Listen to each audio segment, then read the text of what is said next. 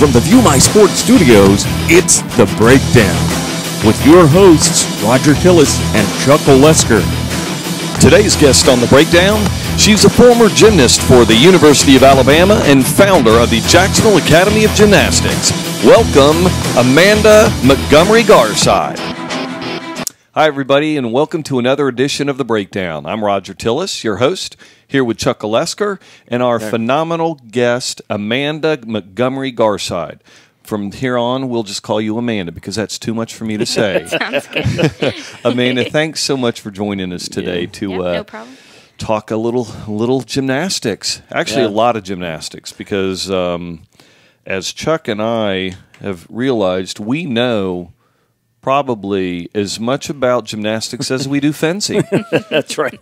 Or field hockey for that fact. So we're really going to break down a lot of the things that, the parents need to know, the athletes need to know. I think we're going to get into just, in general, a lot of good stuff regarding recruiting. There's a lot of myths out there. And I tell you, I'll start by this, and we'll get into some numbers. And I was amazed when I did the research. But we had a parent who contacted us at viewmysport.com and said, I was at my daughter's academy. This is somewhere up north. She's got twin daughters who are both actually very good high school gymnasts. But she said, I understand that there's about 1,500 available scholarships for girls on any given year, and I think she came up with some. I mean, it was almost like everybody could get a scholarship, and it was, but the numbers were kind of baffling because I'm thinking, gosh, I mean, that would mean just about every kid could go. So we did the research. And we found out that the numbers that they were supplied by an expert at the academy, not an academy employee, but somebody they brought in, some recruiting type of, aficionado. Come to find out, of course, that there's, I think last year there were just over 1,500 total scholarships given out of like 19,000 participants. Right. I mean, it was just an unbelievable amount. A small amount. And so, I mean, we talk about like football, and we talk about all these sports where they have giant rosters. I mean, how many's on a typical roster at the collegiate level? About 16. 16. Mm-hmm. So, and I think that's right, because I think there were some a little more, some a little less, depending on the program. So anyway, we get into this, and we start looking at the numbers, but it was absolutely amazing. And I'm thinking, geez, you think it's difficult for the sports where they do have like a 60-man roster, whatever the case may be. Man, it is tough, and there are a lot of kids. And let me say this, I'm talking about women's gymnastics. If you're a dude and you want to be a gymnast at the collegiate level, good luck. Good luck. It is some stiff competition, and I think it's only like 700 scholarships total. It's crazy. Now, Amanda, you were a gymnast at University of Alabama. Yes. Roll Tide. Roll Tide. Now, when did you start gymnastics? I started taking classes, just recreational classes, when I was about 5, and then I started competing when I was 7. Competing now for those out there that are just watching in general, maybe you don't have kids that are in gymnastics, or maybe you're thinking ahead, I mean, what do you do? Because I think, again, the consummate layman, when it comes to gymnastics, the bars and the parallel bars and the leaping through the air, the vault, things like that. I mean, at 7 years old, what are you doing in a competition at the 7-year-old age? You do all 4 events. Now, all 4 events being? Vault, bars, beam, and floor. Beam meaning that 2x4 that you have to do crazy? The 4-inch. It's a 4-inch beam. Yes, it's a 4-inch, Roger. Okay, now wait a second. All right, wait a second. All you parents out there that are afraid to put your kids in football because of concussions and all, but it's okay to go dance around on a ruler that you're going to, you're 12 feet off the ground. You're come on. That's tough. I mean, I don't care. I mean, kudos to any of the gymnasts out there. Well, if you want to be entertained, come watch the 7-year-olds compete at a meet. It is very entertaining. They're so nervous, and they can barely see straight while they're on the beam. So who's more nervous, the parents or the kids? It's a toss-up. well, no, that's right. Now you, and not just from your past experience, seeing it, you own the Jacksonville Academy of Gymnastics. Yes. That's your baby. Right. So you get to sort of sit back and relive all the Yes. moments that blitzed by you when you were in it, because Yes. I bet it was just like a train ride. Right, yeah, and it's very entertaining to go back in time, I guess, and be a part of that. Relive your be a young... part of that again, yes. Yeah. So these kids, I mean, I just could not imagine putting a 7-year-old, but I mean, obviously it happens. I mean, you see it on TV all the time, and it is amazing how good these kids are. Oh, yeah. Now, is it because they just aren't old enough yet to understand true fear? or are they just phenomenal athletes at that age? They train a lot. I mean, our compulsories train 9 or 10 hours a week. Wow. Which, I mean, doesn't sound like a ton, but, you know, for just kid. starting the sport, 9 hours a week is it's a pretty big commitment level. And so they do the stuff a lot. It's repetition over and over again. And then, of course, you know, they get out in front of the crowd and things tend to change. So if you want a better We indication understand of how what that they're is. capable of, watch practice rather than go out to the competition. That's right. It's hard to, what do they say? You know, play like you practice Yeah. like you you play. right. Yeah. Oh man. So okay, so you yourself, you started at a young age, and it seems like, from what I can see, a lot of kids start at the 5 or 6 range. I tell you, if you wait too long, you'll be past your prime. Right. I mean, all of a sudden, you know, I mean, we see these kids that are coming into the Olympics, and I mean, holy cow, they're so young. It's like, oh, well, you're, you know, 18. Sorry, you know, you're too old. Yeah. That's just that blows you away. Right. Now, how long did you competitively compete, you know, in gymnastics? So I started when I was 7, then I competed till I was 18 and graduated, and then I went to Alabama after that. Okay. So now, I mean, once you're out of college, I mean, can you compete openly? Yeah, you know, like there's After open track. college? Yeah, I mean, There's a new thing I've just heard about called pro gymnastics. I don't know if you've heard about it. No. There's several people that have been doing it. It just started. I don't know much about it, but Interesting. typically no. You don't go on after college. well, I was going to say, I mean, unless you're an Olympian, and even those after that, of course, you have the, you know, the gymnastic spectaculars, you know, where Yeah. they travel Right. around and do all that. There were a but- lot of girls from college actually go on to do Cirque. They go on and they get jobs with Cirque and stuff I like read that. an article about that, So which they I thought was continue that great. direction. But as far as gymnastics after college, there's not really a whole lot of opportunities. Well, I would Right. think too. I mean, you've been competing, not just you, but, you know, gymnasts in general compete from a young age. You get up to that point, I would think that, you know, talking about a toll on the body. Yeah, physically, you can't keep going much longer. You, than you don't that. see too many, you know, 40-year-old gymnasts yet, out no. there. You know, maybe coaches, but, you know, certainly not, you know, doing now. Well, now I say that. Okay, I'm not even going to ask you how old you are. I won't go there. But do you still get out there and, you know, kind of show them that the coach? I can still do some stuff. Yeah.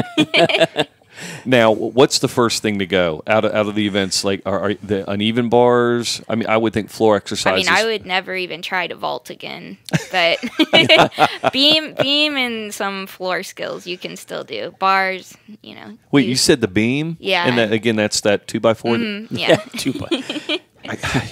Just adrenaline junkies or something. I don't get it. Yeah. I did wow. see something on television not too long ago. Like maybe it's this pro gymnastic Yeah, tour. There was one lady from Florida. There's 2 from Florida on there. there was one lady from I think from the European or Russian team that she was almost 40. There's some in Is the it that Olympics. way? There's some She- older ones from the European countries, Right. but I think that they actually make their living off of the sport more Right. so That would than the make United sense. States. So Right. I Sure. think that's a little. I was just amazed watching her. I mean, she was in great physical shape and still be able to do some of the things. I'm Right. like, I guess if you can, Yeah. you know, air it out. Wow. Yep. That's great. Now, well, okay. So, Amanda, so you're not the only gymnast in your family. I understand that you have 2 sisters, 3? 2 younger sisters. Okay. So what's their status? Are they in college now or in high school? My sister, my second sister, she competed for Auburn University. Oh, okay. Okay. And then my youngest sister has done gymnastics since she was In the womb. 3. Yeah. But she's finishing all the way through her senior year, and then she's actually going to dance at Alabama. Oh, so very nice. She has done dance just as much as gymnastics, and then so she's choosing to go the then dance route. you Kind of could- goes you- hand in I hand. was just going to say, I mean, It really benefited her gymnastics along the way. Well, cheerleading, dance, yeah. I mean, it's almost like you can't do one without the skills of the other. Right. Especially, I mean, the dance and the cheerleading, the crazy stuff that they do, the stunts and whatnot. No, that's a whole nother show we'll get into. Right. Well, now that's funny. So you're Alabama, the one sister's Auburn. Yes. Probably no competitive juices flowing there between the two. No sibling No. rivalry at all. Not really. It really upset my dad. Yeah, he's a huge Alabama Hey, fan. that's right. Yeah. That was a tough one for him to take, you That'll know. teach you to yell at me during high school, Dad. I'm going to Auburn. Oh, that's gosh. That had to hurt. Yeah. That had to hurt. How funny. Well, now let's back up. So you're competing in gymnastics. Now, it's pretty well known, at least in our area. I don't know a single high school that has a gymnastics team. With that said, I happen to know on the West Coast and up north, there are high schools that have gymnastics teams. Now, I mean, talk about that a little bit. I mean, is it an expensive sport to host, or what's the I mean, as what's far the as scoop? I don't know when there's ever been gymnastics in high school. Down in the southeast, there's just not None. that I know of. Right. It is still up north, I know for sure. I would never say it's not as competitive as like club gymnastics, but typically you're going to find the people that get recruited are from club teams. And now some people might compete for their high school and also compete for a club. I don't really know how that works. And that's what I wanted to ask you, because we get into that a lot of how club and travel and elite, version of sports versus Right. high school, how it's, there's a big tug of war going on. Yeah, and so there, as far as I know, most of the recruiting will come from the club side of things, not from the high school, unless they participate in both. Sure.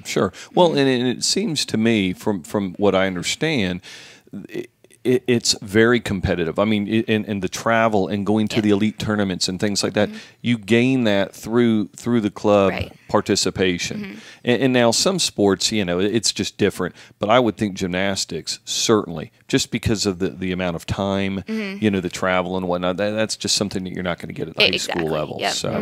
So that answers one of my questions, because I was wondering, well, what if you compete, let's say you're in an area where you do have a high school team, which I would think the opposite would ring more true, but you are on the high school team. There is no association nearby. Maybe it's a real rural area, and there's no association or club.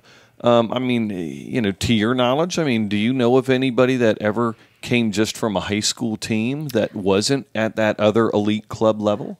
Well, I competed at Alabama, so that was all. Those were all kids that were heavily recruited from big clubs around the U.S.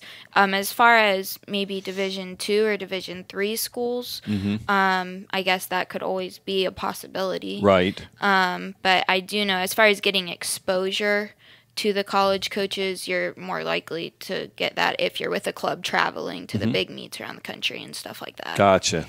I see. Okay. So I'm curious now, for the parents out there that might say, well, we don't have an association, we don't have a club. All is not lost, but the chances are, again, if you want to go to a top-notch program, we pretty much are going to have to, like some of the other parents with their sports, you're going to have to move. Right. You're going to have to find a region.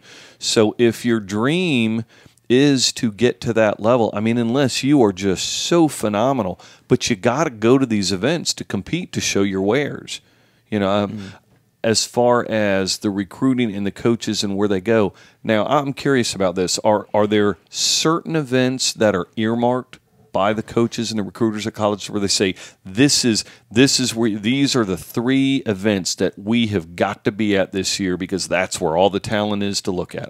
Are there those kind of showcase events? Well, there's different levels in gymnastics. So level 10 is the highest level that you can reach before you're training the elite track, which is what the international assignments and the Olympics. That's the elite track. Okay. And that's different. So that's under the FIG rules, under the international rules. And then you have level 10, which is under the junior Olympic rules.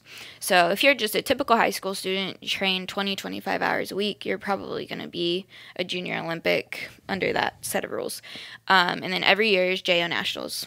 Okay. And that is where all the college coaches go. Now, they'll go to invitationals kind of around maybe where their school is located, or if they want to travel to see a particular person, Right. they'll do that. But JO Nationals, and now they offer something called the NIT. So I'll break this down. Okay. Take your time. Okay. So you have JO Nationals. In order to get to JO Nationals, you have to qualify from regionals. Ah, okay. There's 8 regions in the United States. You have to finish in the top 7 in your age group at regionals to qualify to nationals. Okay. Okay. And then they'll take, based on percentages across the country, they'll maybe take 3 or 4 from each age group and put them in the NIT. Okay. But that is the place where all the college coaches go. Their season is over. That's like the super showcase. Yeah, their season's over. There's tables set up everywhere. All the college coaches are lined up. The NIT was a really good thing they introduced because there's some really good kids that end up not making nationals. Right. So by allowing them to go there too, they can get some exposure as well. And then, like I said, they're always at invitationals. We went to a meet in Indianapolis this year, and a bunch of the up north coaches were there. But it also depends on their meet schedule because the seasons run the same. So if they can get there, that's great. Otherwise, right. You got to pick and wait for the special events. And you don't necessarily know where they're going to be unless I you was get in going to touch say, with them, is there like with the baseball World Series for college, it's always Omaha. I mean, is there that type of look, or everybody hosts it differently? JO Nationals is in a different place each year, but that's where all the used to be. I'm assuming it's where all their meetings are for the college coaches, so they're typically all there anyway. Oh, okay. But as far as going to invitationals and expecting them to be there, you'll send out when you're getting recruited, you'll send out your meet schedule, right? And they'll kind of get in touch with you personally. But as far as just going and hoping they're there is probably not a safe bet. I was going to say that's not what we recommend. No. That's for sure. A little more proactivity for sure. Now, obviously, you're a pretty good gymnast. I mean, you competed at the what I consider a peak level. I mean, at a Division I school. Now, by the way, let me ask you: did you get a scholarship? Did you walk on? How did that transpire? I was a How did you get there? I was a preferred walk on. And then I got a scholarship my junior year. Nice. While I was there. Nice. So, yeah. Now, what point were you when you were training and at the club level? At what point did you kind of go, I can probably get to college. I'm good enough where I can probably get to college and compete at that level. I mean, where were you in your career when that was the possibility? I mean, I guess when you get to high school, you start thinking. It wasn't ever like, I'm doing this to go to college. It was just kind of something that we did. So I would say probably the end of my freshman year, sophomore year, we started thinking about it. Now the timetable now is a little different. Sure. Everything's moved forward. right. Like with everything. But you were just born, let's start the recruiting process. I mean, it really has gotten, and that's across all the sports. It's just so competitive. Yeah. That's funny. Well now, so you're in that position where, you know that from a talent perspective it's there, so you start thinking about it. Were you approached by coaches that kind of to kind of put you in that frame of mind, no. or did you and your parents proactively say, what, let's start the process, let's start getting my information out there? I mean, so did you guys take the ball and run with it, or we sent out all of the information? We sent out packets and letters and just to probably like 15 schools. And then like with everything, you'll get a bunch of information back from a bunch of schools, but just like the real general stuff. The marketing lists. Exactly. And that, And then by the time my junior year, I tore my Achilles. And then that like stopped the recruiting process pretty much. Pretty quickly. I can see where that would be. Thank you, but no thanks. Which is understandable. Certainly. And then from there, then you especially have to be proactive if you're still wanting to pursue it after that. Updates on how the injuries coming, and showing proof that you're making progress. That you can still do what you did. Yeah. I tell you what, I want to get into that a little bit more. Because that's where probably a lot of kids find themselves. So we're going to take a quick break. When we get back, we'll start diving into those types of details. We want to make sure that everybody understands at what point should you start, how you should go about it, and really, what to anticipate. What are the expectations? So we'll cover all that when we come back. Please tune back in and join us. There are thousands of high school athletes that want to play at the college level. They just don't get noticed. At ViewMySport.com, we get your game out of the shadows and into the college spotlight. It's fast, easy, best of all, it's free. In the time you can text your friends, you can create and send your own athlete profile to as many colleges as you want. Get to the next level. Visit ViewMySport.com today and follow the 3 simple steps. Why wait? Your competition's not.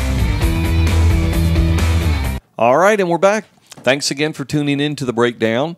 I'm Roger Tillis, your host, here with Chuck Olesker, the co-host, and our fantastic gymnastics guest, Amanda. And that's all we're going to call it because it's just too much. It takes your breath away. Amanda Montgomery-Garside. We'll just call you AG. How about that? Well, now, before our break, we were starting to lightly touch, the areas of the recruiting and all that. Let's reel it in a second before we go down that path. Gymnastics as a sport for the common person out there, gotta tell you, ain't cheap. Ain't cheap. Now, we were sort of talking and we were kind of laughing about that, and Amanda said, do you really want me to be honest? Hey, that's what we're here for. We're here to give you the real scoop. So, Amanda, we'll put you on the hot seat. Cost to be a young gymnast. What are we looking at? Well, the training cost for my oldest group of girls, they pay $285 a month, and that's just for their training. When it comes to uniforms, their leotards, I think, were about $275, and their warm-up suits were about $115. Wait a second.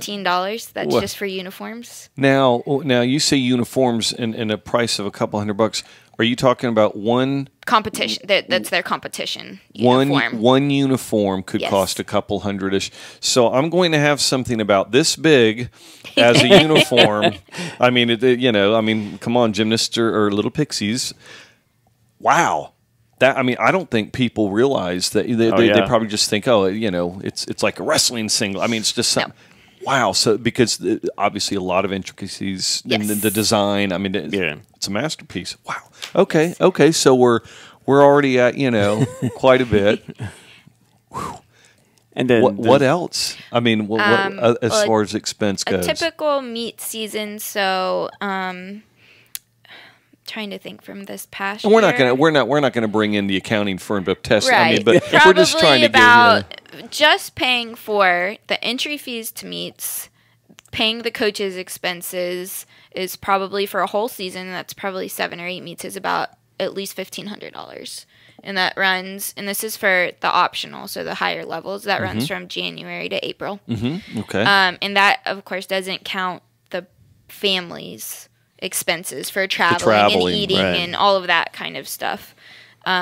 So you're looking at about somewhere around $1,800 just for paying to get into the meets, paying for the coaches to coach you at the meets, and for your uniforms. And that's not counting the training throughout the year. Sure. And that's, and you think, well, it's not like you do it for a year and you're like, okay, that was it. Usually most people that are at that level and really competing, I mean, they're going full tilt. I mean, that's year after year after year. And if you're starting when you're 5 or 6, I mean, you're talking about 10 plus years.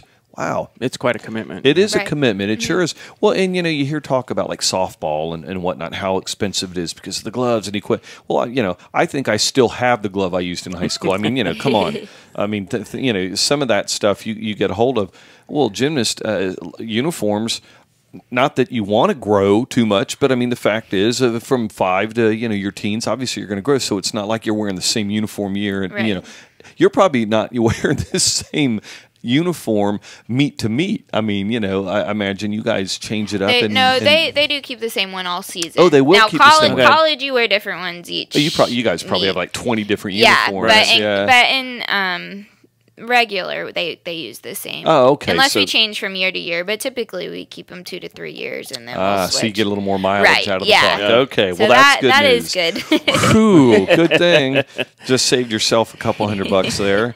Well, okay, so it's costly. I mean, it is what it is. I'm sure, though. I mean, I would think that if there are programs out there, that if there are kids that are involved and they're really, really good, I'm sure that there's ways to find assistance. Right. And I know that there's different foundations and things like that. So if you're a parent out there and you have a child that you really see as being talented and you want them to pursue it, research it.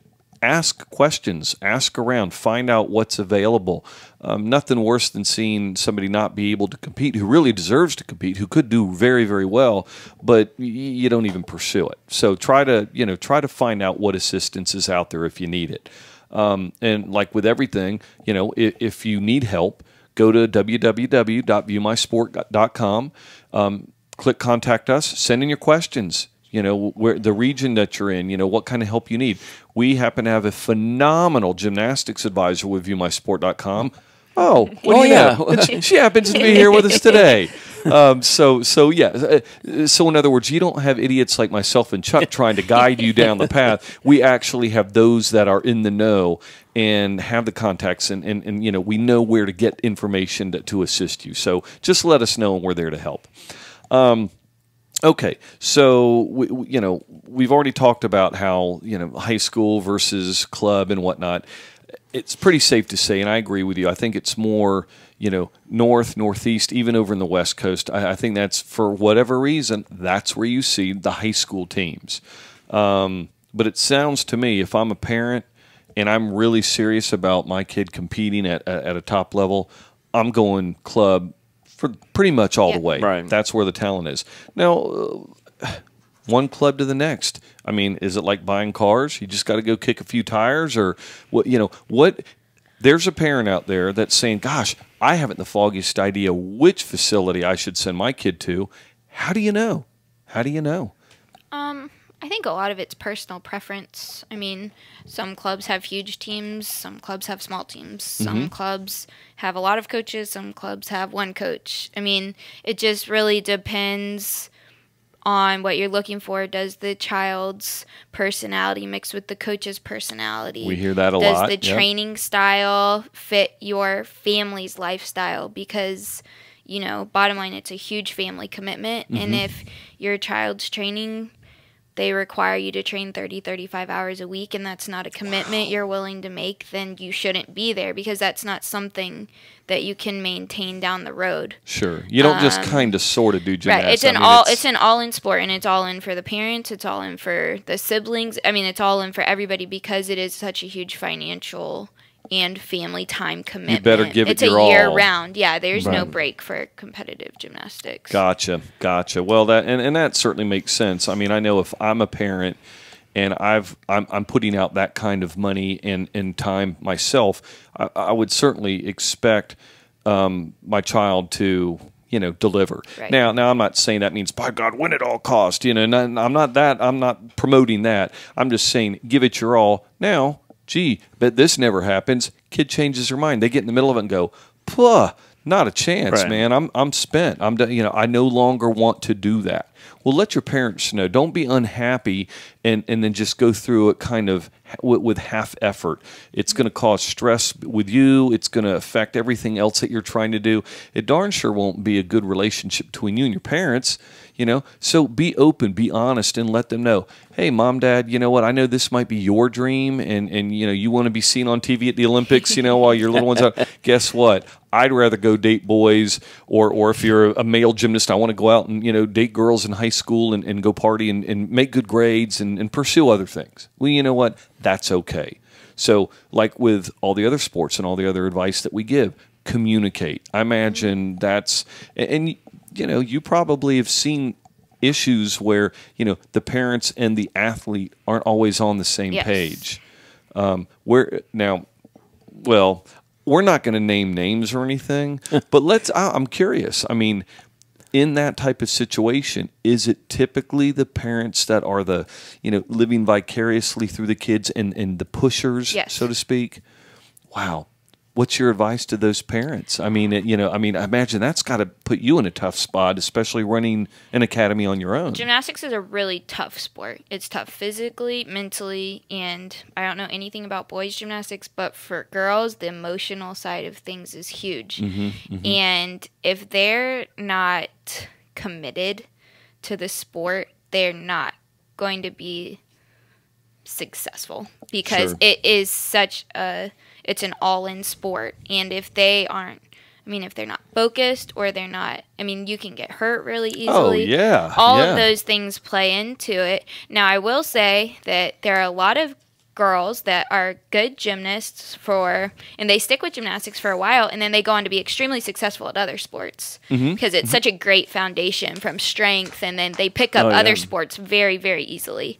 Well, I would think balance and the balance, core the strength, pure strength, speed. I mean, all of that kind of stuff plays in, and they're normally really good in other sports too. The number of gymnasts that are actually capable of continuing all the way through to the college level is not particularly high because you have to be physically, mentally, and emotionally. All of those things have to work together in order to be successful and to stay driven. Right. I mean, it gets hard, especially as you get older. And if you lose one of those three balancing areas, it gets really, really hard. Gotcha. Okay, now, Amanda, we understand, you know, the collegiate level, you know, as far as from high school to college, and we'll revisit this. I am curious, though, you know, because typically, what's one of the first things you think of when you hear gymnastics, Olympics? I mean, it's just the limelight. Now, from, I guess, going to the next level from college, do the Olympic teams say, okay, we're just going to take the best out of college, or are they going down a different route? Different tracks. So you have like I said, you have the JO track. JO stands Junior Olympic. Okay. And then you have the elite track. And those kids are training from the time they're 6, 7, 8 years old. They're geared towards that type of they're training. Just blitzing by all the fun stuff. They're going right into pure competition. They'll go to, I mean, I can't say typically, but a lot of them are homeschooled. They'll train maybe 2 times a day, in the morning and the afternoon. They do competitions and stuff like that, but they're looking to get picked to be on the national team. And you have to qualify to make the national team, and then from there, there's a training facility in Texas. You go to the national staff. Wow! So you're a pro. For all, I mean, for it all is intents. like straight. You're working towards the Olympics. Now, some of those kids do go to college if they don't declare pro and take money from endorsements and stuff like that. But typically, the college would not go back to go to the Olympics. It's gotcha. I gotcha. So then, these kids that, I mean, at what point do you kind of go, I mean, do you just make up your mind and say, this is the path I'm going to try, and then if it doesn't work, then you just kind of fall back and compete elsewhere, or you know, is it just a totally different animal? I mean, or are you even allowed to pursue? Do you have to be chosen, so to speak? In other words, if I've got a kid who's 8, and I think, wow, they're really good. I don't want to go do, you know, dancing gymnastics. I want to try to get to the Olympics. You know, do they have to try out, in other words, to attend those types of programs? I would say that they're probably, by most programs, handpicked based on their physical abilities, flexibility, that kind of stuff. What they've shown at their competitions. What they can, not even at competitions, maybe just they'll test them. Oh, really? See, okay. Okay. Stuff like that, and then from there, the training gears you towards that.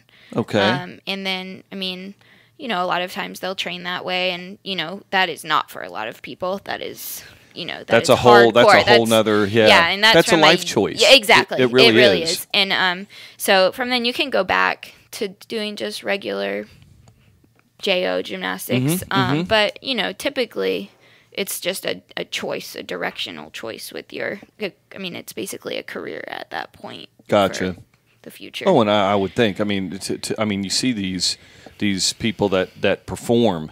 And I say perform, compete. I mean, it's a little bit of both. Right. I mean, it is a whole nother level when you start getting into the Olympic, regime. Right. Now we again, for most common folk, we see the Olympics. We kind of understand the events.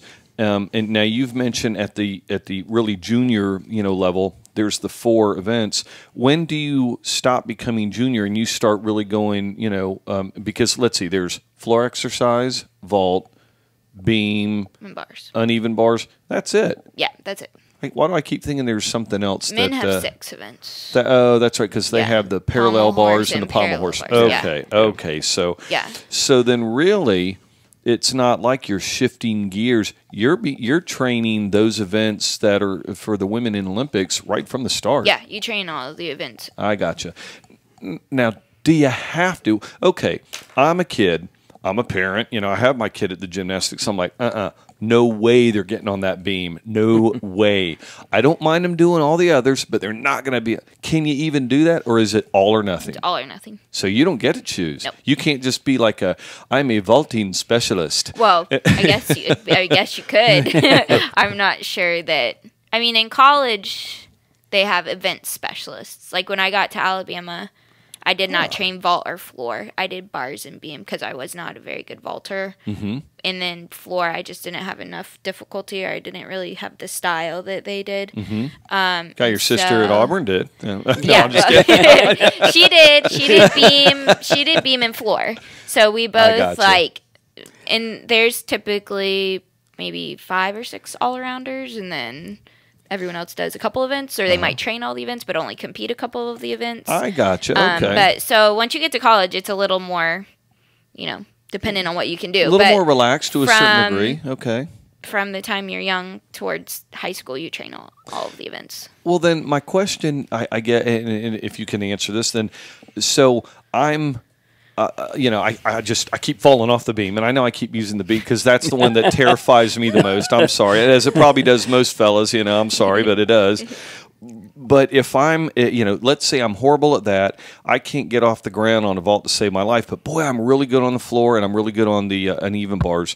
So as a high school or a club, athlete, would a college say, well, because you're really good at those two, hey, there's still a potential for a scholarship? Yes. So it's not like you have to walk on if you're only good in one or two. You can actually be a specialist and still get a scholarship. No, and it's not to say that there aren't people that are good at all the events, but typically you're going to find people that are strong floor workers or strong vaulters, and people that are strong bar workers or strong beam workers.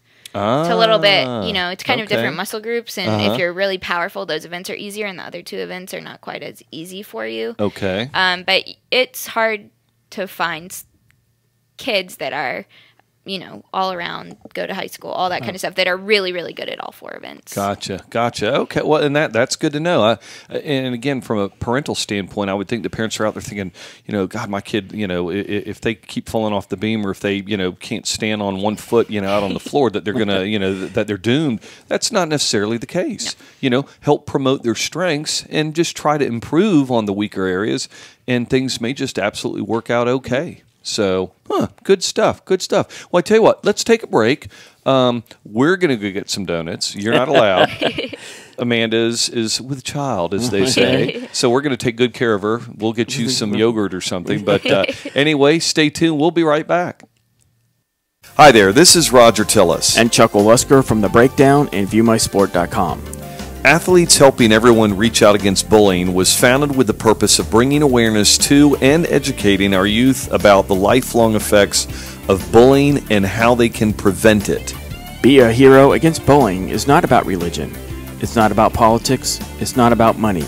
It's about compassion. It's about caring. It's about being a friend. As an athlete, you carry a lot of influence among your peers. They admire and look up to you. A gesture as simple as inviting a target to sit down with you during lunch or walking into the next class can save lives. Student athletes are making their schools a safer place and saving lives just by being a friend. Learn more about this anti-bullying campaign by visiting www.beaheroagainstbowling.org or visiting us on Facebook. Thank you. All right, we're back. Thanks again for tuning in. We hope you've enjoyed the last couple of segments. I can assure you the rest of the show should be even better. At least that's what Chuck guaranteed during the break. So if it's not, it's this guy. I'm Roger Tillist, your host. Again, Chuck Olesker, and our phenomenal guest, gymnast, Amanda.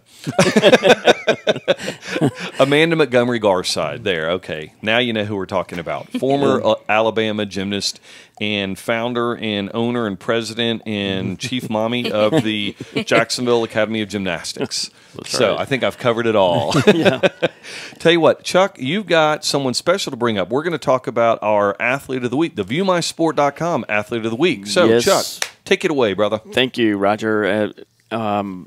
Anthony Scalapio just graduated from Ponte Vedra High School, right here in the North Florida area. He was a golfer, and he ended up on scholarship at LaGrange College in LaGrange, Georgia, which is nice. Which is a driver 3-wood north of Columbus, so West Central. Speak for yourself. Okay, mine's a driver. 8,000 pitching wedges, you know. But congratulations to Anthony for being ViewMySport.com's athlete of the week. All right, great job, Anthony. And if you want to see more on Anthony, go to www.viewmysport.com. Right on the homepage, click on his Athlete of the Week segment, and you'll be taken right to his profile. You can see all of his stats, his information. Obviously, college coaches, hands off, he's already taken. That's right. So check him out. All right, now, before we went on break, you know, we started getting into some things, and I really want to start shifting gears into the recruiting aspect. You know, and it's funny, during the break, Amanda, you had talked about, you know, with gymnastics, and it's kind of, it's more, I guess, it's not football, it's not baseball, it's not basketball, you know, it's one of the more obscure sports, if you will. So there's not like a lot of attention. I'm sure that there's the niche, you know, scouts and recruiting firms out there, like with all the rest, trying to make the buck. And we talk about, well, you know, what platform, what's good, especially if you want to be proactive, which, as we stated, is critical now. You know, right out of the womb, as they say, that you know, the parents are having to start connecting with colleges and whatnot. You know, we talk about that, and it's another cost for a lot, because the parents feel like, well, geez, now I got to go out and hire a recruiter or a scout or whatever to help, you know, get the information out there. Not so. As with all the other sports, we at ViewMySport.com happen to have all the tools right on the website. And also, we have the mobile recruiting app, ViewRecruit. So for those of you out there that think, oh, it's another expense, I don't know what I'm doing, go to ViewMySport.com. It's all free. We've got the clearinghouse information. We've got the templates for you to create your profile, to upload video. There's a button on your profile page that you click that'll help you fire that profile package off to as many coaches as you want. It's all about being proactive and organized, and we've done the work for you. Now, we're not going to pick up the phone and follow up with the coaches. We're just not going to do that. Sorry, Amanda, we're not going to do it. We might help, but we're not going to do it. We've got the directories on the website. So if you need to know who's the coach at what college, you know, and you want to initiate that communication and start down that path, we've got all of that available on the site. We are not going to feed you.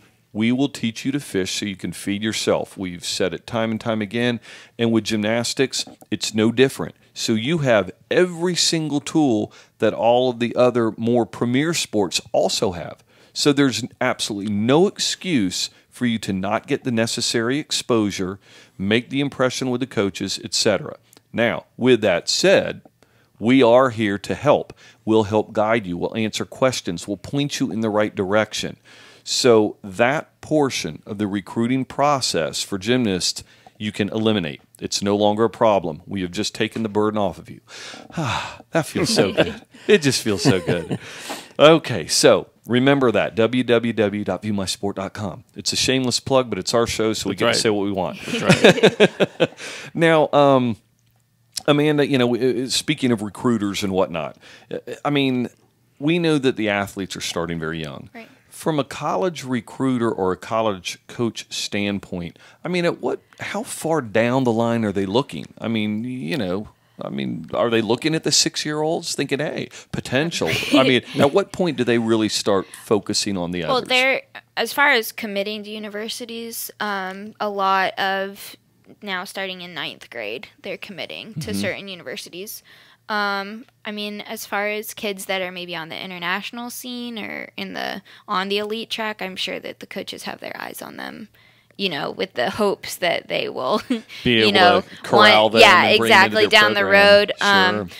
But as far as your typical athlete, gymnast who competes and goes to school and everything like that, I'd say they would start talking to you your freshman year into your sophomore year, and probably committing the end of your sophomore year, beginning of your junior year. Wow. And of course, the commitments, we talk about this with other sports, the school committing to the athlete committing to the school, it's a put it there, sure. Right. I mean, it's an intention. Doesn't mean that you're stuck. Doesn't mean that, hey, gee, never seen this happen. Kid commits, the school commits, a couple years into their high school career, all of a sudden, that school's nowhere to be found on the radar. They won't even return phone calls. Commitments are just that, So, when you hear us talk about that, it doesn't mean like, wow, I'm lock, stock, barrel. I'm ready to go to college and I'm only a freshman. Of course, rules and regulations step in. Right. That legitimate contact obviously is watched closely, and that's a point to bring up to the parents out there and to the athlete. Just because you are not allowed to have contact with coaches until a certain year doesn't mean that you cannot initiate contact with the coaches as a parent or as the athlete. And here's a little side tip. When I say that, actually, I mean the athlete. Coaches don't want to talk to the parents. Nope. There will be a time when that can happen. But for the recruits, coaches want to talk to them. How do they govern themselves? How do they respond to questions? How do they communicate? If they're not texting, can they even talk? I mean, you know what I mean? I mean, we've seen some examples. Oh, yeah. We've seen some examples where the kids don't even know how to send an email. Right. They're LOL, OMG. That's right. A couple of WTFs, and I tell you what, that is not what you want to be coming across with the coaches. So anyway, there's Yeah, I think we can see that, but definitely have the kids involved in that portion, and the parents, you support and do the parental duties. But anyway, so early on, okay, so and that's kind of standard, regardless of the sport. It seems like the coaches are trying to get in there earlier, but when it comes down to it, commitments again are just that. And here's another tip for gymnasts, for any athlete out there. You continue your drive through the recruiting process to the day you sign that letter of intent, because all the verbal commitments and emails and marketing letters and camps and all that crap is just that. It's crap until you put your name on a letter and they put their name on the letter and it's official. So you better be working your tail off with that recruiting process up to the last minute. I mean, Chuck, how many outstanding athletes have we seen that have kind of pulled the reins back and they're too busy on Facebook saying how awesome it's going to be to go to a certain school, and that school doesn't even have them on the radar anymore. Right. And it happens all the time. So, all right. Now do you get, I'm kind of curious. You now are on the other side. You have the facility. You've got the talent, the stable. Do you have college coaches beating your door down saying, I want to take a look at so-and-so? Or you're well, but it's the great Amanda. They should be lining up. We just put to bed another myth, I think that a lot of parents, and I don't mean this as a slight against, former athletes, gymnasts, whatever the case may be, who open up their own facilities and all, parents don't automatically assume, oh, well, if I put my kid there, great. Amanda will take care of it and handle all the recruiting. Yeah. And I imagine you probably get a lot of that from the parents. They don't really want it. I mean, they'll talk to the coaches about maybe their work ethic or what skills they're working or stuff like that. But from what I understand, they want to get to know the kids. Sure. Who are they recruiting? I mean, because they're not recruiting me. I've been there and done that. So what does the athlete have to offer the university I mean, that's what they're looking for more Going than to anything class, else. Exactly. What you are your know? grades? I mean, Yeah. like you said, how do you communicate? Can you work in a team environment? You know, all of those different aspects are more important to them than what I tell them about Sure. about the kids. I mean, you validate. Right. That's essentially what the coaches, they're there to validate the information. You know, do they really perform this way? You know, well, here's the skill information, level. here's I mean, the all paperwork, of that type whatever. of stuff. Yeah, but I mean, as far as you know, recruiting them as a person, they want to communicate with the athlete. Sure. You know, Parents, pay attention to that because, and you probably get the parents that come in and go, okay, Amanda, there you go. You know, handle the recruiting.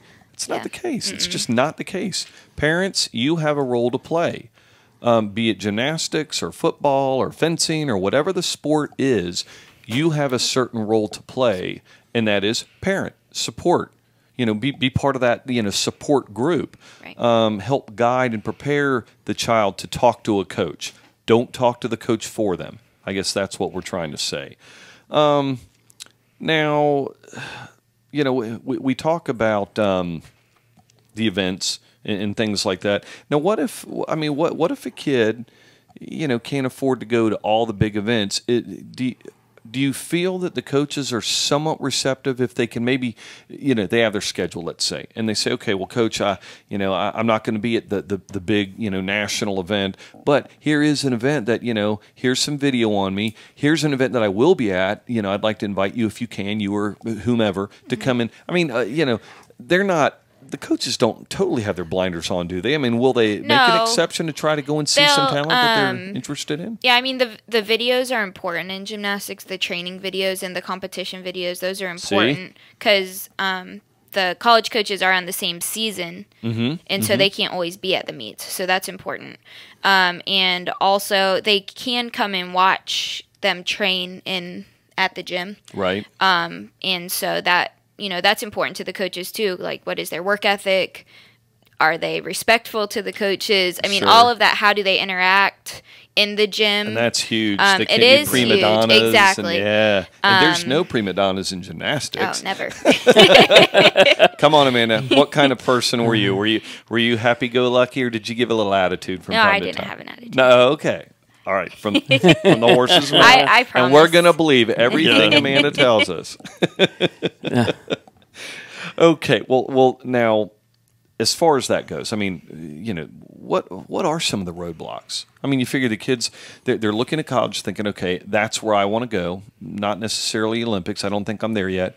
Well, so one of the roadblocks we just said is, you know, getting a coach to when they can see you. You know, how do you get them to see you, especially if their season is the same time yours is? So it's matching up and getting Right.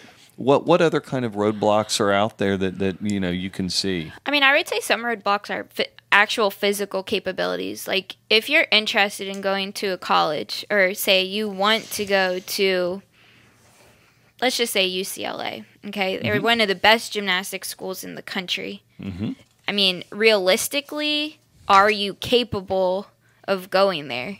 You know, I think that that's really important because there can be a place for everybody, but it might not necessarily be where you think you should go. Right. And then I think that if you're not realistic, you might be disappointed that you get rejected. And you wash out. You know, exactly. Yeah. And so it's important to have a realistic view of where you are and where you're capable of going. And that is not a negative by any means. Sure. But I think that would really help with the process to make sure that you're going somewhere where you are going to be successful.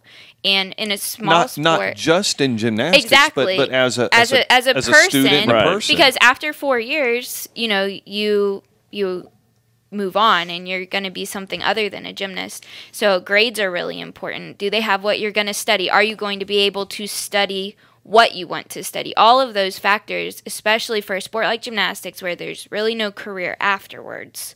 Are you focused on those things that are just as important as the school you want to attend? A great point, and boy, we hit on that probably every show, Chuck. I mean, and we're hearing a very common theme, regardless of what the sport is. As an athlete, you still got to go to class. you're going to interact, socially. Now, some people say, I'm not going to have time to be social at college. It's 365 going, as far as gymnastics or football or whatever. Well, yeah, but you're still interacting. Right. Whether it be with your teammates or whatever the case may be, there's going to be downtime. But you got to go to class. You want to get that degree. You want to try to pursue, as you said, the afterlife. Once you get out of college, what's your career? I mean, you didn't want to spend all that time just to go, okay, well, I was a gymnast. Now what do I do? Well, it's a little late to start. Well, I say that. I mean, geez. Let's see, Chuck, how old are you? You're easy. Yeah. Something. He's still trying to figure out what he wants to do. So, right. We get it, we understand. But you're exactly right, and that's why, we talk about community service work when you're in high school, and we talk about that as more than just a requirement, because the community service is a great place to make contacts. It's a great way to experience things out of your comfort zone, be it helping, charities or foundations or donating your time. You're just opening yourself up and exposing yourself to things that might lure you. You don't ever want to feel like you're being pushed into something. You want to feel like you're being drawn. And when you're in college, there are things outside of your sport that can lure you. Matter of fact, we've seen athletes get to a certain point and say, you know what? I'd rather pursue being a veterinarian instead of getting beat up in my sport or whatever the case may be. Mm-hmm. So really, you got to have your mind open and focused on those other things. Something else, region, location, like you just said, UCLA. Well, if I'm a Florida boy or girl, and all of a sudden I'm looking at California, and you think, oh man, that'll be awesome. 1 month into it, you're just dying because you're so far away from home, and mom and dad can't make the trips. It's not like, running 2 hours away from. Right. And I'm not saying everybody should go to college. Matter of fact, I'm an advocate for college. Go see the country, see as much, but do it the right way. Make sure if that's just not your bag, it's not going to work. Right. You'll wash out, and we see examples of that all the time. So, Amanda, I wanted to ask about, touch on a little bit more about the academic side of college gymnastics. Are programs, in this, not necessarily to pick on Alabama, but any of the pick on them. Go ahead, pick on them. Pick on big them. in the SEC schools or the Floridas of the world, the Georgia, with the Gym Dogs.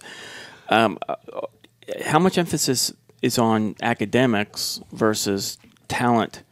When it comes to the competition at the Division I schools? Well, academics is really important in the smaller sports because it's kind of what they do. That's what they bring to the university. Sure. Not to downplay the bigger sports or anything like that, but in especially the women's sports, academics is it's just really important that the focus. For example, we got grade reports every couple weeks at Alabama that we had to sign off on. Our academic advisor had to sign off on. The coaches had to sign off on. So you had a great support team for the academics. So, and I'm not sure about every university. I know that Alabama, for us, we had a really good academic counselor, and that was really important. That our grades stayed up and everything like that. I guess as far as getting into school, you have to get into the university. Right. And so, obviously the coaches look at your grades and make sure that you're going to contribute to the team from an academic standpoint and not just an athletic standpoint. Representation. Right. Yeah. You have study hall and all of that kind of stuff. So, Well, I would think, too, that from a competitive standpoint, again, there's only so many scholarships. Right. And I know with Division II, this is big, where because Division I, it's like, this is the money, these are the scholarships, this is what you get. Right. Division II, you can say, well, I know I have 6 scholarships, but I can cut them all in half. Now I got 12 half scholarships. Right. And so the academics in that genre, I think that's where it really plays in, because all of a sudden you've got a 3.8er and you think, tell you what, I know that you're not interested in coming here at only a half scholarship, but because of your GPA, I can now get you an academic chunk of money. So from financial standpoint, you're getting a full ride. Right. Who cares where the money's coming Right. from, as long as mom and dad aren't having to write the check. Exactly. So grades, and I tell you, opportunities. All of a sudden, where maybe because your grades weren't too stellar, you were kind of limited on your choices of schools or who were interested in you. All of a sudden, that GPA pops up. Oh, now we're interested because we can get money and bring you on board. Right. So do yourself a favor. And Chuck, that's a great point. The academics have to be a focus. And we say that time and time again.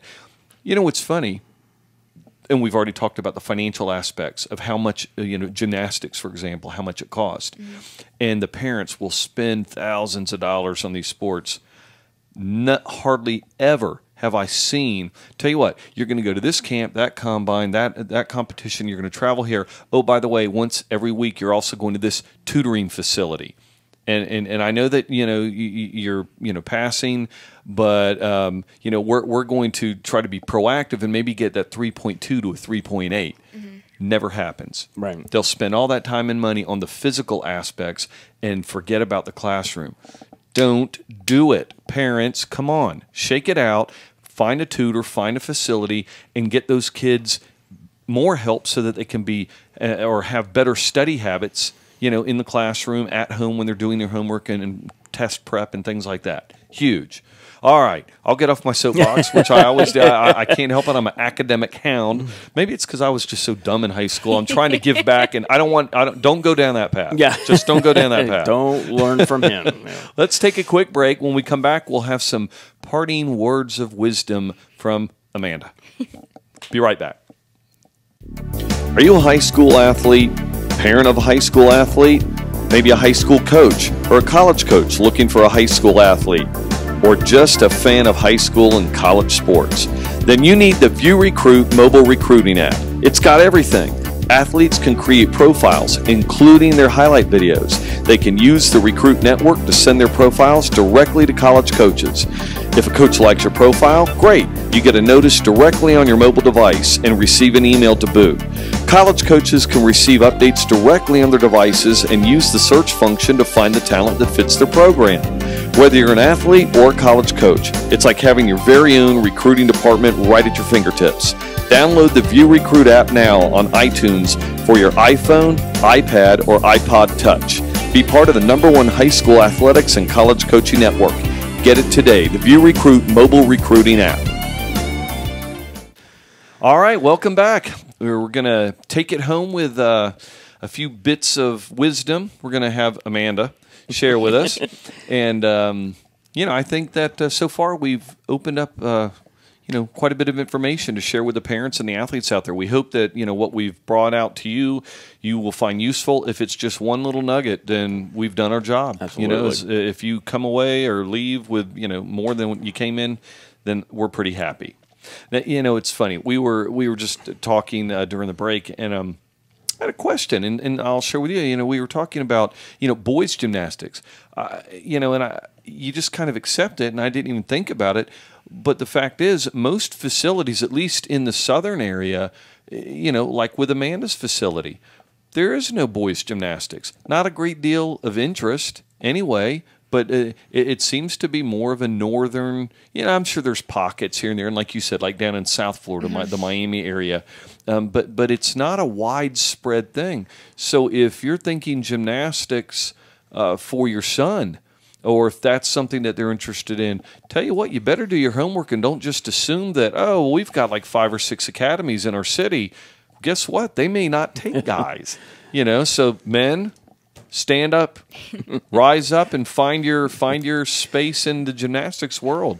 I couldn't imagine, like, I'm living in Florida. Well, if I want to be a gymnast, I have to go and move to Omaha, or something, or where, I guess because of the snow or whatever, it's more of an indoor thing. But it really is that's kind of that's odd. You wouldn't think that, right? That would be a regional thing. You think it would be widespread. So, well, there you go. So now do your homework, okay? Right. The parents obviously are critical role. We you know, and I know parents probably think, you know, we always get the bad rap. Everybody thinks we're a bunch of hockey moms out here, you know, and we're terrorizing coaches and whatnot. Well, it's mostly true. I'm here to tell you, I was a parent. Although I was a nice parent, I understood everything. But no, I mean, the fact is, a lot of I think the reaction by parents and the way they feel, they're trying to do what's best for their kid, so they only do what they know. Most of them just aren't educated in the process or the sport or how things work. So it's about communication. So parents, you gotta ask questions. Don't go in and act like you know everything so you can feel like you've got the upper hand. All you're doing is putting yourself in a bad future spot, and it's not going to help your kids, you know. So when you go to somebody like Amanda and to her academy, you know, talk to them, ask them questions. Don't try to bulldoze them, you know. And Amanda, you being the one that is on that side, I mean, what would you say that the top advice would be that you could give parents who are entering into this sport with their child? Gymnastics is a journey sport. And it's something that takes years and years and years to develop. And I find over my years in the sport, the biggest downfall is that parents live and die by particular meets or particular seasons. Well, you're not working with the kids for them to win at the lower levels. I mean, if they do, that's great, and that's exciting, and, you know, everyone likes to win. But you're developing their basics and their skill set for 8 to 10 years down the road because it is a long-term sport. And if you live and die by their results, then the children are going to learn to live and die by their results, and they will be... They'll never appreciate the sport, and they'll never find any sense of achievement in the sport if it's all result-oriented. And unfortunately, I think society is kind of that way. You bet. But it doesn't have to be that way, because gymnastics is a great sport for developing self-discipline and work ethic and a passion for something that they can throw themselves into over a period of years and really be successful at. But if they're worried about winning or losing from a week-to-week basis, they're going to always be disappointed. Well, and I mean, where's the fun in that? Right. Of course, now, you know, on the flip side, everybody says, oh, man, nothing's more fun than winning. Yeah, but, you know, like you said, it's the journey. Right. You know, and to be a good winner, I'm not saying you have to be a good loser, but you have to know how to deal with it. And learning to deal with failure. Because, Yeah. I mean, bottom line, let's be honest. You don't win at everything in your life. You win very few things in your life. Well, Chuck did. Chuck did. I mean, he's sure. always been a winner. So, you know. And look what it's done for him. That's right. He ended up here. Yeah, you know? look at me. Well, you know, but really, that is a good point. And you're right. Yeah. Our society is so hell bent on, you know, what's the old Ricky Bobby? If you're not first, you're last. That's right. You know, well, that's not necessarily true. Yes, we'd all love to win all the time, but it's not real. Right. And I'm not saying go into a competition or go into a sport or go into anything, be it a career or school, academics, you know, whatever. Don't go in with a defeated attitude. No. But by God, if things don't work out your way, and for that day somebody was better and you didn't win, it's not the end of the world. And there's always somebody better than you. Somewhere. And if you don't think that, then, you know, there's a rude awakening, believe me. And that's what drives you, you know, and that's the fun of the competition. What have I got today? You know, how am I going to, you know, measure up? And that's why we compete. It darn sure better not be about the money, because boy, that's a whole path that you don't even want to go down. As far as, you know, coaching support, you know, we know the role for the parents. Obviously, we know the role for the child. We know what their responsibilities are. From a high school or a club coach's perspective, I mean, what is your role? I mean, I have younger kids right now. I don't have anybody that's at the recruiting stage. So I see my role as providing the necessary instructions for them to get the skills, the conditioning, all of those kind of things. However, I cannot perform for them at the competitions. I can't make them learn the skills. I can only provide a safe environment, and I can provide the knowledge to help them get the skills and the facility to help them get the skills. But as far as results, it's kind of out of my hands. Sure. You know, and I think that that's kind of a misconception. Well, they should have won. Okay. I agree. I should have had a pony when I was you know, little, but I didn't. right. And with gymnastics, you also have the judging, you know, that is different. Now, that is a hard part of the sport because you can't control the judges. I don't think the judges can control the judges. Most of the time, probably not. But, you know, that's another aspect of this sport that makes it a little more complicated because they control your results. And, you know, unfortunately, the coaches are not in control of the judges. No matter how bad we want to be or how upset we get, there are rules. Yeah, it's not like you're over there. You can't butter them up or, you know, slip them a 20. Yeah, I mean, you know, so I think that that's kind of, I think there's an expectation for the coaches to be responsible for everything.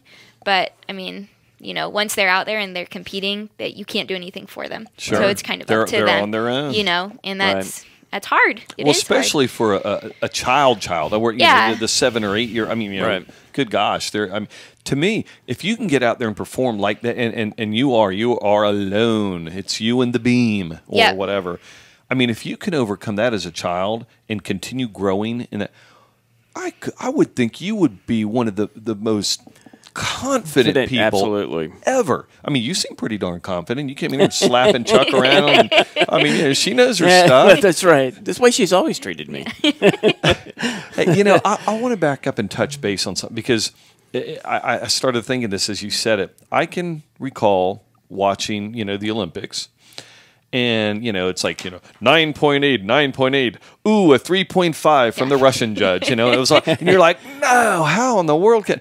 It really is a subjective thing. I mean, and you're right. You have zero control. You go out and do your best, but I mean, that's regulated a little bit better now. I mean, you know, obviously, we see it now in the Olympics, where although you still look at some of the scores and think, well, what the hell were they thinking? You know, what are they not seeing it from the same angles that we are? How is that at the junior level with the kids? Good. I mean, I used to walk into my son's basketball games and it'd be like, "Hey, we need you to run the stats or run the board because so and so didn't show up." I'm like, "Man, I just woke up." I mean, they don't grab parents and just say, "Hey, okay, this is all you got to look for and score." I mean, is it a little bit more regulated than that? Please say yes. And it is. They have to pass tests and stuff, but they also, I mean, you know, like with any sport, if there's a team that is really big or has been around a really long time, they'll score a little higher than you know, it's not fair because there's some really good kids out there, but what do you do about it? It's influence. Again, it's humans. I mean, being involved in something that, you know, and I mean, you can either get mad about it or just be better.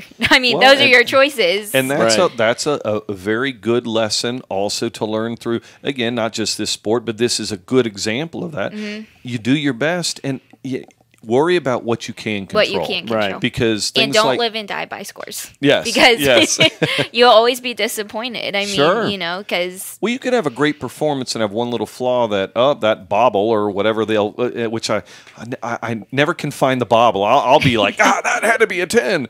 And it's not because of the bobble. I still don't understand that. But, yeah, you don't... It's like golf.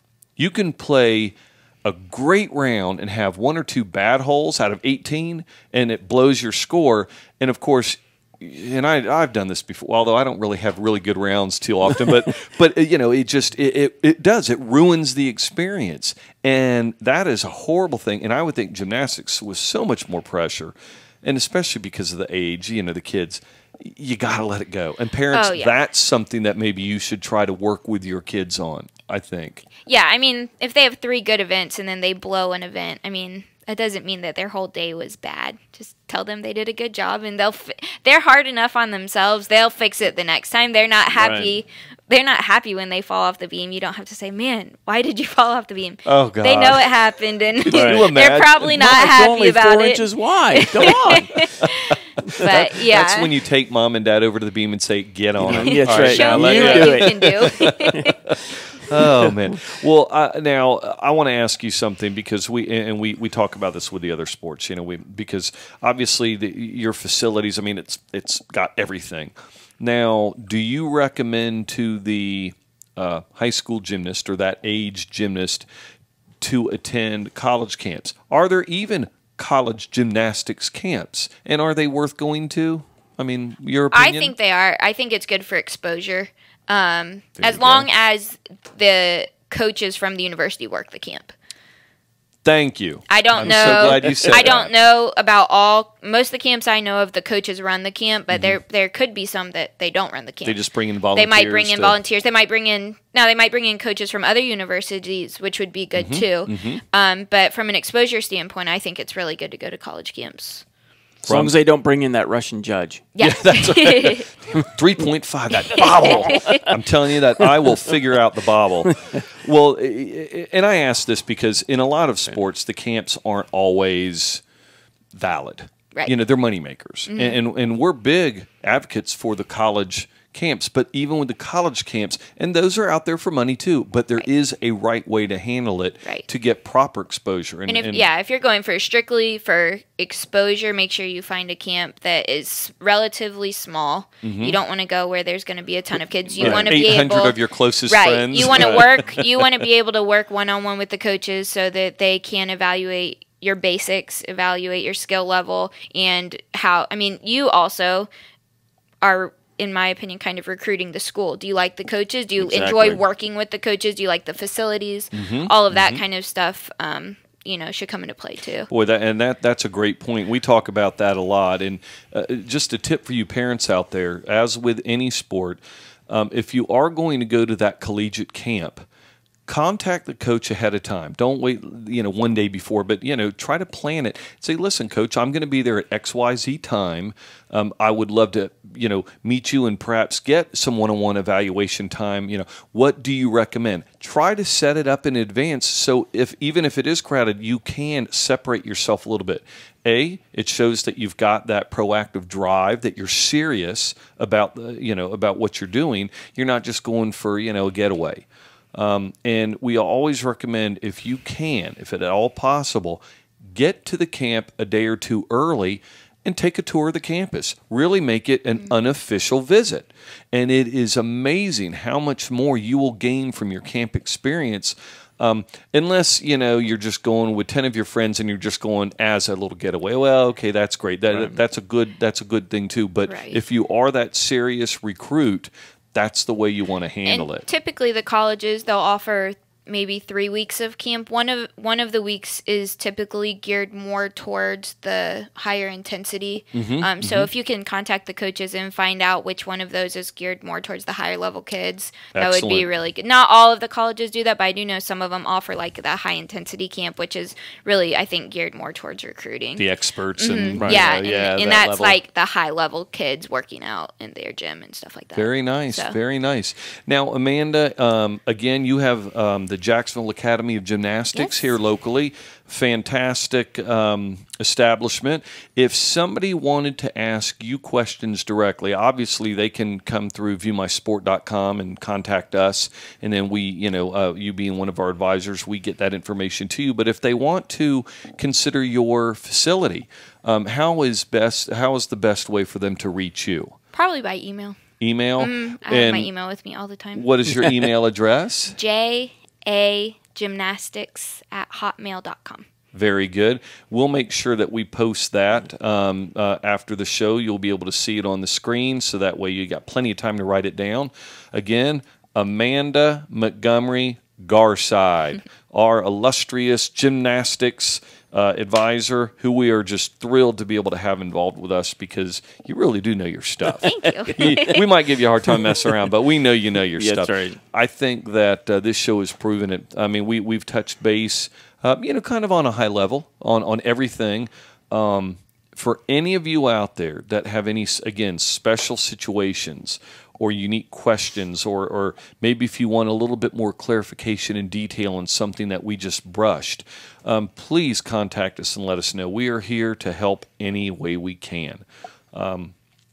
I hope you've enjoyed today's show. I know I have. Yeah, I've had absolutely. a good time. Yeah. I learned quite a bit. Wait, how wide is that beam again? 4 inches. I might as well try to balance on the end of my iPad. I mean, it's just not going to work for me. Oh, well, I was not destined to be a gymnast. I'm Roger Tillis. This is Chuck Olesker. This is Amanda. We are happy that you guys tuned in today, and we hope to see you again next week. Take care, everybody.